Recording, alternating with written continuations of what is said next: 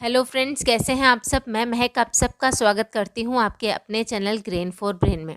दोस्तों, आज का हमारा टॉपिक है मोटापा। क्या मोटापा एक बीमारी है या ये एक आम समस्या है? इस पर काफ़ी समय से बहस चल रही है पर कोई निष्कर्ष नहीं निकला। मेरे हिसाब से तो ये एक बीमारी है जो बहुत बीमारियों की जड़ है, और ये एक ऐसी बीमारी है जिसे हम बिना डॉक्टर के पास जाए अपनी सूझबूझ से कम कर सकते हैं। मोटापे को कम करने के लिए सिर्फ एक ही चीज़ की ज़रूरत होती है, वो है हमारा संकल्प, हमारा डेडिकेशन, हमारी इच्छा शक्ति। इच्छा शक्ति सुंदर दिखने की, इच्छा शक्ति हमेशा फिट रहने की, और इस दुनिया में एक बेमिसाल जीवन जीने की। तो चलिए शुरू करते हैं कि मोटापा होता कैसे है और कैसे इससे निपटा जाए। वीडियो अच्छा लगे तो सब्सक्राइब और शेयर कर देना, साथ ही बेल आइकन भी प्रेस कर देना। सबसे पहले बात करते हैं कि आखिर मोटापा है क्या।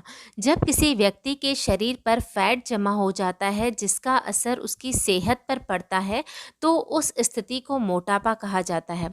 वैसे तो जब हम मोटे हो जाते हैं तो हमें अपने आप ही पता चल जाता है कि हम मोटे हो गए हैं। फिर भी अगर हम लक्षणों से पता करना चाहें कि हम मोटे हुए हैं या नहीं, उसके लिए 5 मुख्य लक्षण हैं। अगर आपको ये लक्षण दिख रहे हों तो आपको समझना चाहिए कि आप मोटापे का शिकार हो रहे हैं। पहला है सांस फूलना, मतलब थोड़ा सा भी चलने फिरने काम करने पर सांस फूलना। दूसरा है अधिक पसीना आना। तीसरा है खर्राटे लेना। चौथा है जल्दी से थकान महसूस करना। पांचवा है कमर और जोड़ों में दर्द महसूस करना।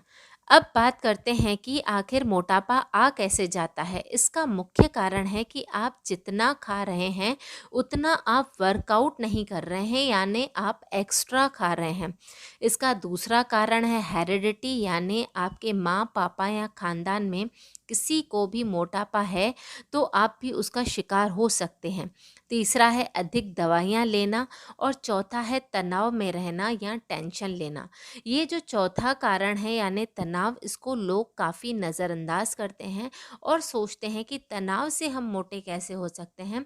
पर सच मानिए ये बहुत बड़ा कारण है मोटे होने का, क्योंकि जब हम टेंशन में हैं या बहुत सोच रहे हैं, बहुत गुस्सा कर रहे हैं, तो हमारे शरीर में हार्मोन्स का स्त्राव काफ़ी अनबैलेंस हो जाता है, जिससे शरीर में बहुत बदलाव आ जाते हैं और इसी से मोटापा भी आता है। अब सबसे अहम बात कि इस मोटापे को ख़त्म कैसे किया जाए। हम हमेशा ये सोचते हैं कि मोटापा आ तो जल्दी जाता है पर जाता आसानी से नहीं है, पर ऐसा नहीं है।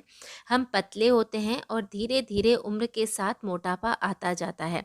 तो अब आपको ये समझना होगा कि ये मोटापा जाएगा भी धीरे धीरे, लेकिन अगर आप ये प्रोसेस बहुत फास्ट तरीके से करोगे, जैसे जिम में हद से ज़्यादा वर्कआउट करके, तो मोटापा जल्दी जाएगा ज़रूर, लेकिन जैसे ही आप हैवी वर्कआउट छोड़ोगे वो वापस भी जल्दी आ जाएगा।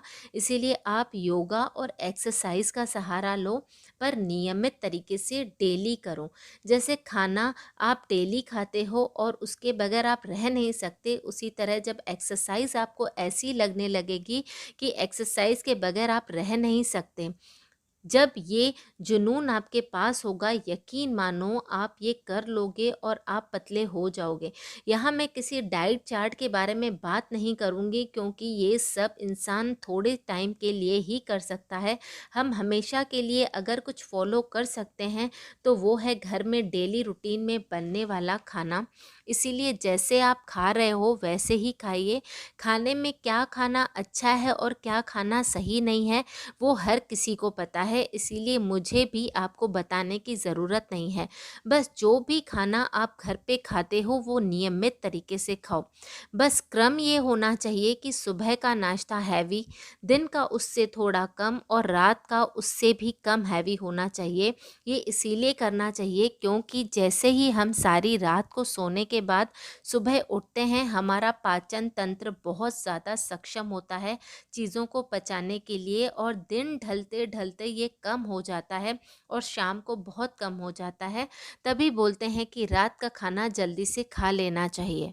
किसी भी टाइम के खाने के बाद पानी एकदम नहीं पीना चाहिए और सोना नहीं चाहिए। वैसे तो खाने के बाद हल्का-सा टहलना चाहिए, पर अगर आप ये नहीं कर पा रहे हो तो कम से कम वज्रासन में या ऐसे ही बैठ जाइए। सोना या लेटना नहीं चाहिए, नहीं तो वज़न बहुत जल्दी बढ़ जाता है। सुबह उठते ही बिना मुँह धोए गुनगुना पानी पीना चाहिए। शक्कर वाली चीज़ें न खाएँ, शक्कर की जगह गुड़ का इस्तेमाल कीजिए। गुड़ बहुत अच्छा पाचक तत्व है। मोटापा एक ऐसी बीमारी है जो अपने साथ बहुत बीमारियां लेकर आता है। अच्छी बात यह है कि मोटापे को घटाने के लिए हमें किसी डॉक्टर की ज़रूरत नहीं है।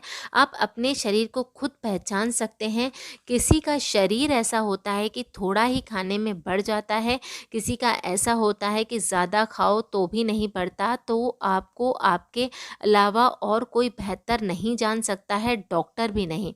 इसलिए अपने शरीर को पहचान कर उसके अनुसार खाइए। जब हम अपने 5 सेंसेस या अपनी इंद्रियों जैसे जीभ, आँखें, नाक, कान और स्किन पर नियंत्रण हासिल कर लेंगे, सच मानिए आपको मोटापा कभी नहीं आएगा। जब 10 चीज़ें आपके आगे पड़ी हों और आप ये समझ जाओगे कि मुझे इनमें से बस यही खाना है और यही चीज़ मेरे लिए हेल्दी है, तब सच मानो आप मोटापे पर कंट्रोल कर लोगे। टेंशन या गुस्सा मत करो। अगर आपको कोई चिल्लाए, आप पर गुस्सा करे, आपकी कमियां निकाले और आप अगर उन चीज़ों को सुनकर गुस्सा करते हैं, टेंशन करते हैं, तो ये आपकी हार है और उनकी जीत है, क्योंकि हार्मोनल चेंज आपके अंदर ही होंगे।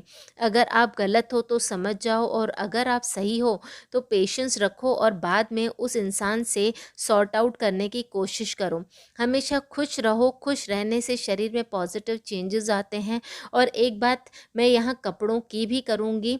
आप किन कपड़ों में पतले और सही दिखते हो वही कपड़े पहनो।